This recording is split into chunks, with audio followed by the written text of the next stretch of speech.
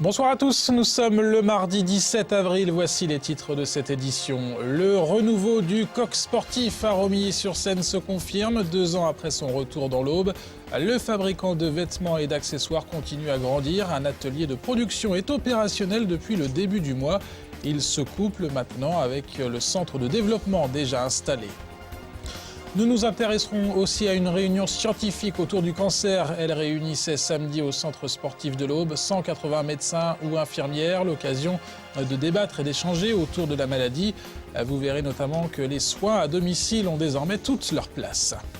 Et puis un reportage sur la forme des footballeurs de l'Estac. L'équipe troyenne, 3e de Ligue 2, semble en cette fin de saison accuser le coup physiquement. Les Troyens sont toujours sur le podium et plus que jamais en course pour la montée. Mais les 3 derniers matchs ont été très moyens. Pour autant, le préparateur physique du club ne s'inquiète pas. Mais d'abord, ce nouvel accident dans l'Aube vers 16 h cet après-midi. Pour une raison encore inconnue, un homme de 79 ans s'est engagé à contresens au volant de sa voiture sur la rocade sud-ouest de Troyes à la hauteur de Barberet-Saint-Sulpice. Il a heurté de plein fouet un camion immatriculé en Bulgarie.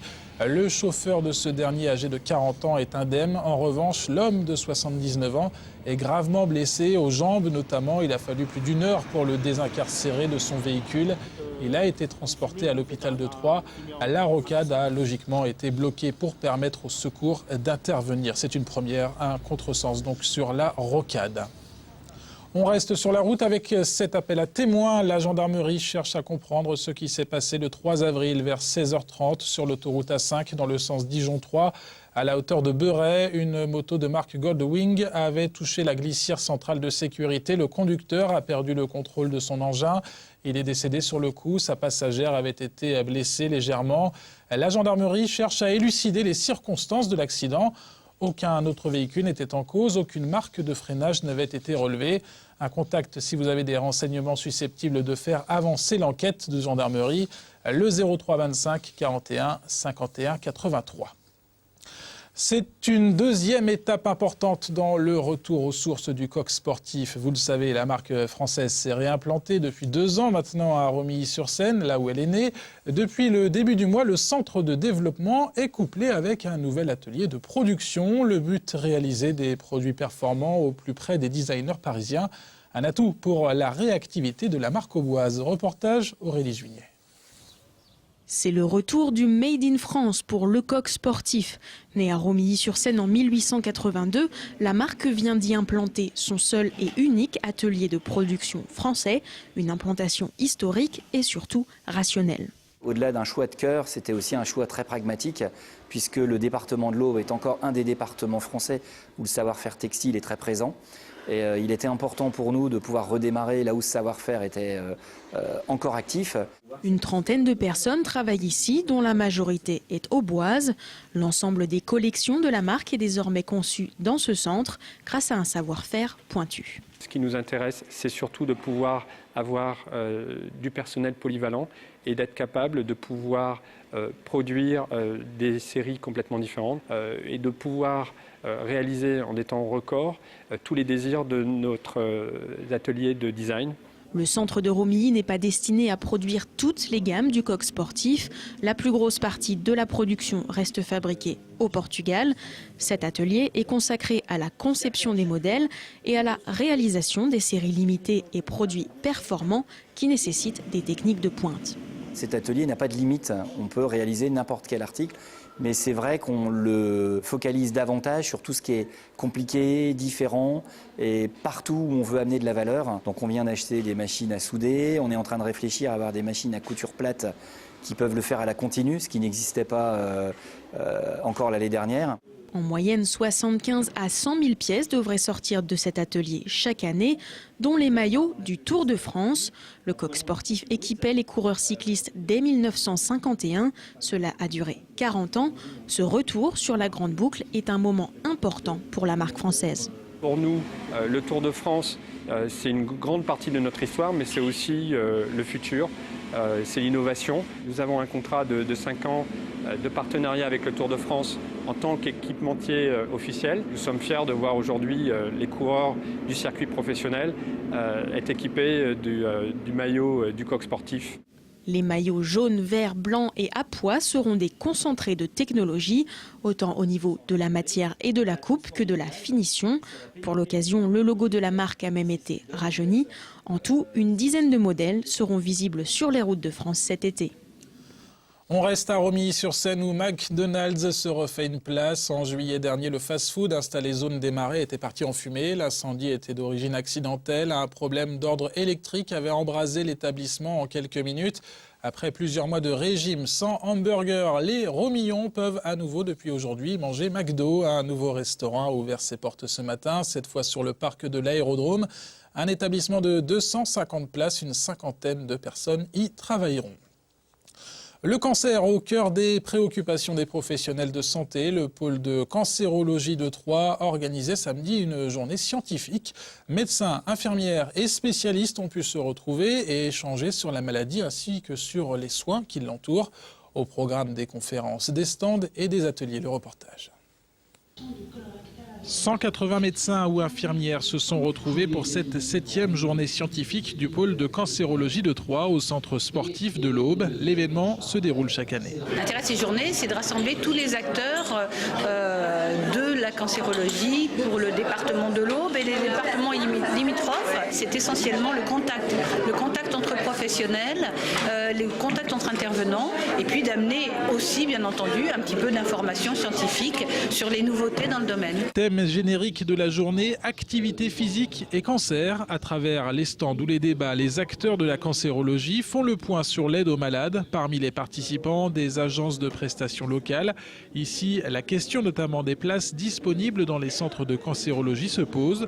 En 2012, les soins à domicile apparaissent comme une solution. C'est d'ailleurs dans ce cadre que les infirmières de LVL Médical interviennent. Les services hospitaliers, à partir du moment où ils ont réalisé tout ce qui nécessitait une hospitalisation et à partir du moment où l'état de santé du patient lui permet de pouvoir rejoindre son domicile dans des conditions de sécurité identiques à celles de l'hôpital, eh bien ils font appel à des prestataires de services. L'intérêt de rester au domicile, c'est déjà de ne pas être désociabilisé, de pouvoir vivre parmi ses enfants s'ils en ont ou parmi l'environnement familial, ce qui est beaucoup moins traumatisant pour le patient et ce qui est beaucoup plus confortable.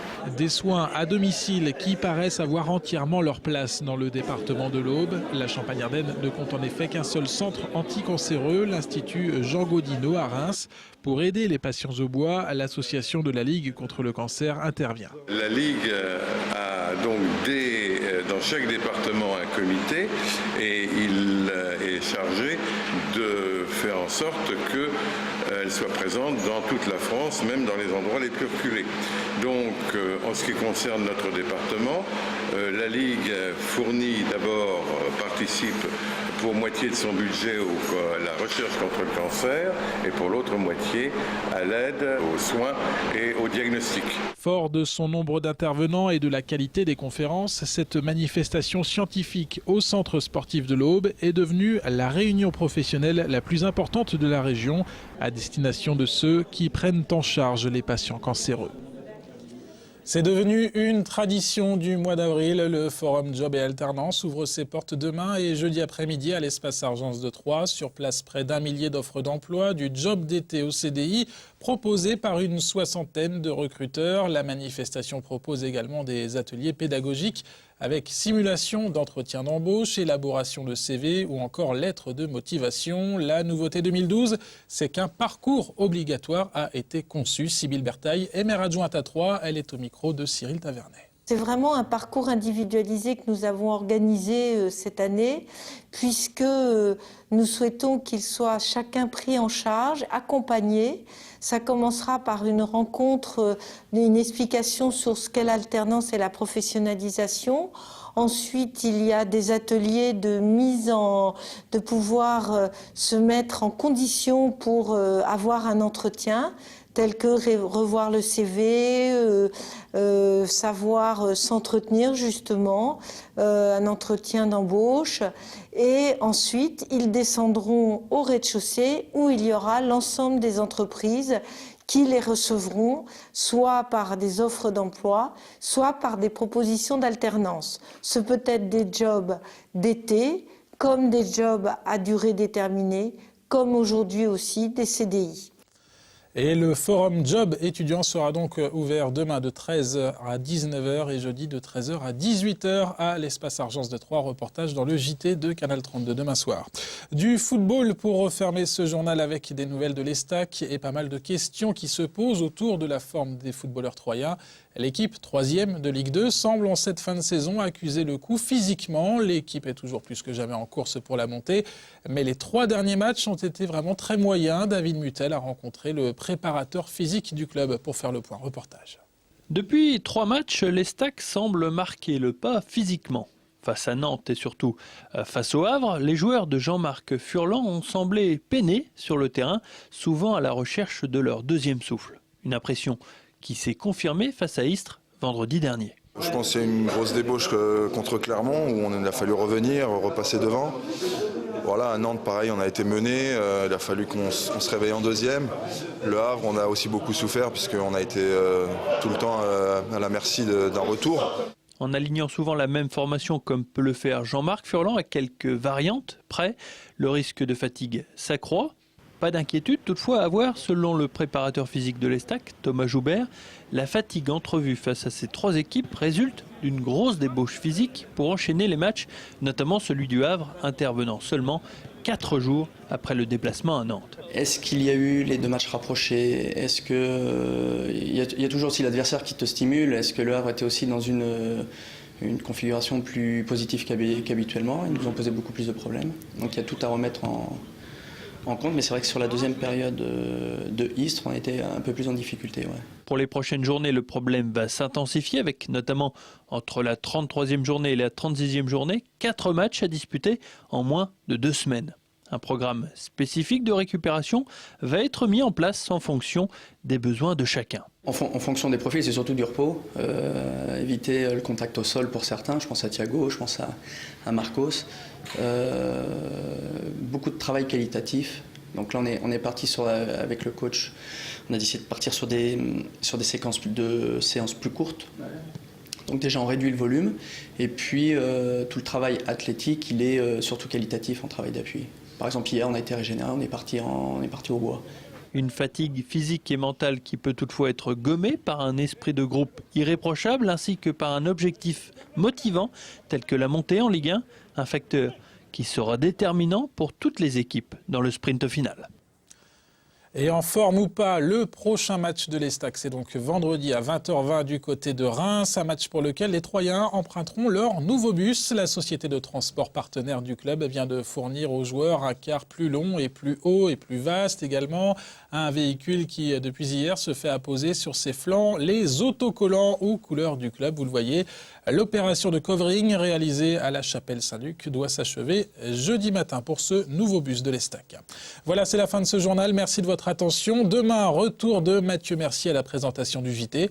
Au sommaire notamment, un gros plan sur une résidence au nom d'un écrivain troyen. La résidence Jean-Philippe Blondel a été inaugurée ce soir à Bréviande. Reportage donc demain. Tout de suite, la météo de Sandra Durupt. Très belle soirée à tous. À très bientôt.